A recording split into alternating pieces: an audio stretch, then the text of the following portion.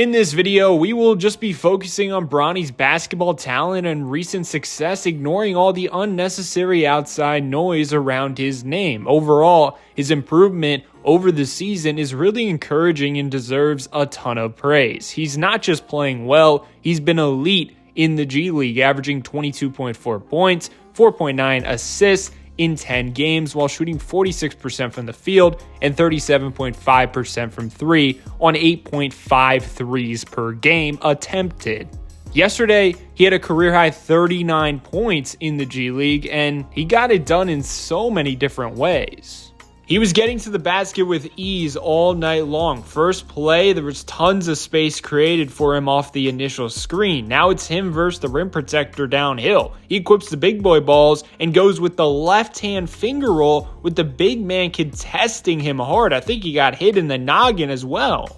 On this play, you gotta love the pace. Passes quick burst into the dribble handoff, and now he uses the screen, gets into the paint, stops on a dime, rip through over the head right into the floater. He has a great matchup. Quick burst is too much for his matchup. And then look at what he does to the help defender. Looking like prime Derrick Henry. As a result, he's right into the floater as the defender is still on the ground trying to figure out what hit him. This time, he notices a smaller defender on him, so it's just too much speed and strength downhill from Bronny. Another finish at the rim. Now, we are into the second half. His defender is heavily playing the drive because he was cooking them on drives in the first half, so he counters with the step-back three-pointer. And that's huge because now the defender has to respect that. Look at the pickup point above the three-point line. A wicked left-to-right crossover. He then invites the contact, fades away, and kisses it off the glass. Now he's getting pressured heavily behind the back crossover into another crossover. Then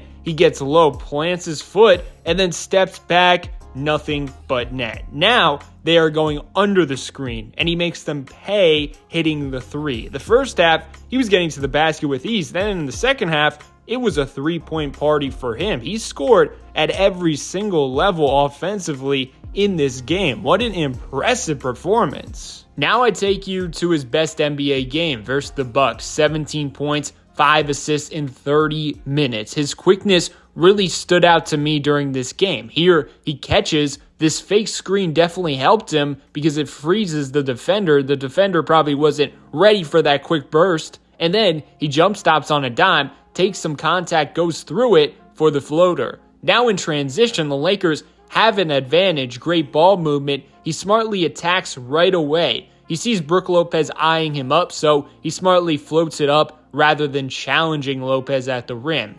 Here he gets a pick, so they switch between crossover, runs his defender right into the screen. Brook Lopez in heavy drop, so he takes the open three with confidence. Now he gets a screen off ball. Another quick decision leads to success, but also the speed is just too much. Great execution on the finish as well, using his left hand as the defender is swiping for the block on his right side. Now they switch the on-ball screen. He makes them pay by shooting right away because naturally there is going to be space for a split second when you are switching. We also saw some nice playmaking highlights from him in this game. He must have been taking notes from LeBron and Luka because this has been their signature. He throws a full-court dime to Markieff Morris. Now he's working with Alex Len in the pick and roll. Tons of traffic, and he still finds a way to make it work, leading to a free 2 points. You can tell he has a great sense of when and where to pass the basketball.